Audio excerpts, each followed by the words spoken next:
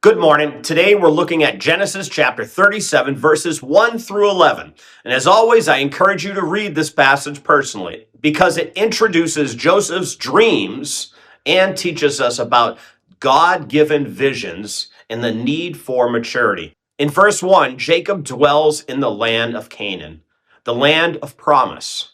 This reminds us that what is about to unfold is directly connected to God's covenant plan. In verse 2, Joseph is introduced at 17 years old.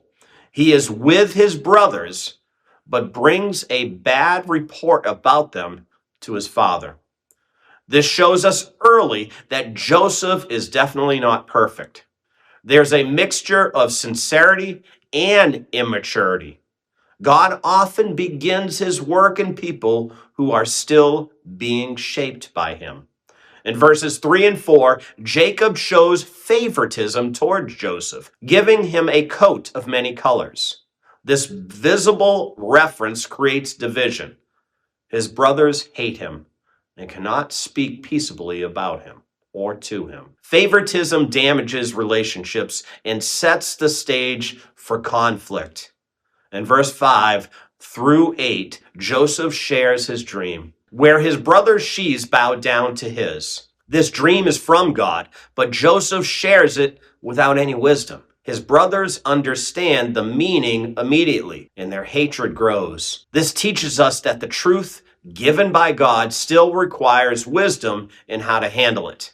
In verses 9 through 11, Joseph shares a second dream involving the sun, the moon, and stars bowing down to him.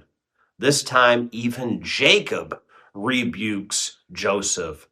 Though scripture says he kept the matter in mind, this is important because others react emotionally. But Jacob quietly considers what God may be revealing. God is showing Joseph something real about the future, but Joseph is not yet ready to carry it. This passage teaches us that God often gives visions before he develops the character.